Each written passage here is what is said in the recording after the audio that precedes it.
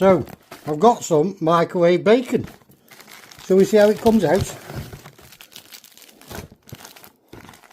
That's what it looks like.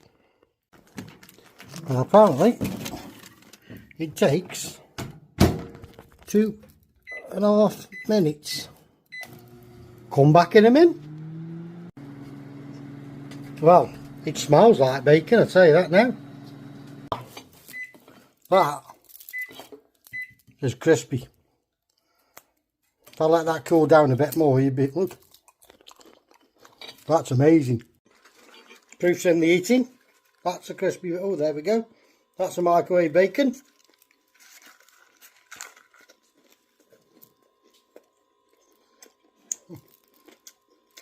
It's nice bacon and a microwave and crispy. How did they do that?